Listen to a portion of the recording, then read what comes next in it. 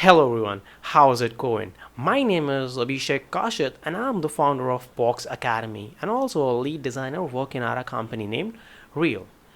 So we at PAUx Academy believe that the knowledge should be shared with everyone and there should be a strong public understanding of what UI/UX is. So in order to help people of all ages to understand what UI/UX is, we are compiling a playlist of exceptional UI/UX videos. So enough with introductions, let's get to the point quickly and start the video and let's be exceptional together.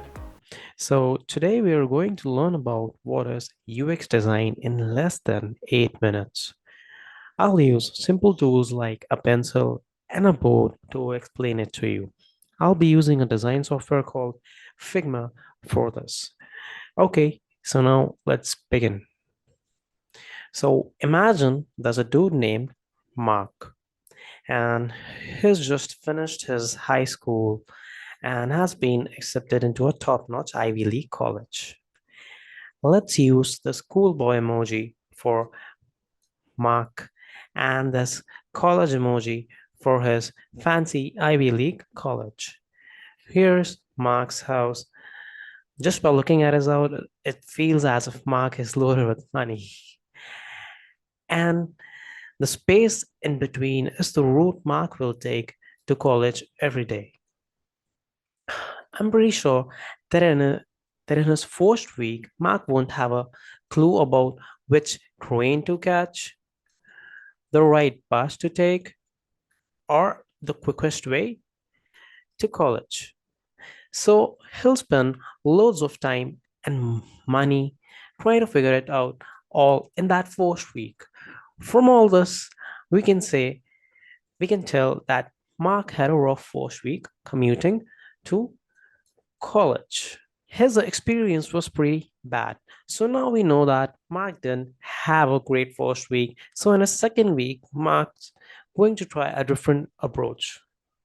To explain this, let's imagine two lines which start apart, then come together, and then go apart again. So now Mark will start asking lots of questions like which is the best train and bus to other people. We'll use this line moving apart to show that he's collecting lots of information from different sources. Once he has loads of answers, he'll stop asking questions and keep the best logical sounding answers and will start narrowing down his research. We'll use this lines coming together to show this. So this was the end of the first part of his journey. He now has lots of answers and has stopped the research phase. So this is where he stops the research phase, right? Now he'll pick the best advice he's got from everyone. Maybe it's to catch the 6:30 a.m. train or to take bus number 24. He'll think about this advice and after checking it out, he'll put it into action. If none of the solutions work, then he would go back to the first phase and repeat this whole process again.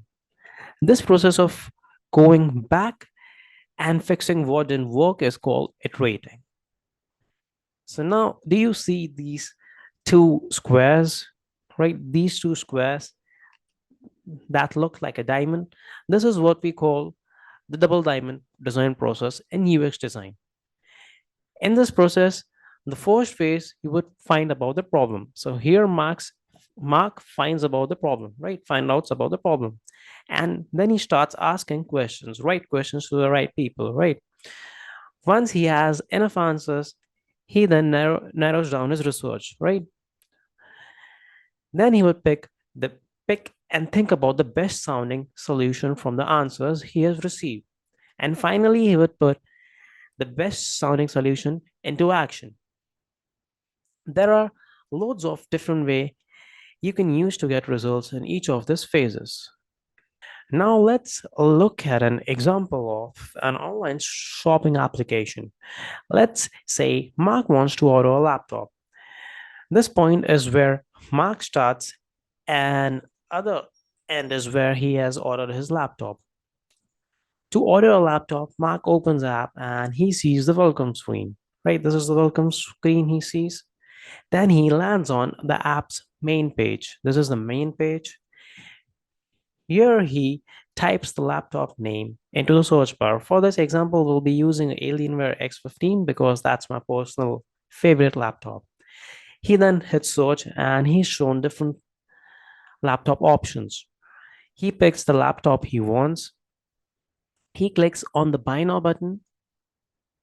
He decides how he wants to pay. He hits the continue button.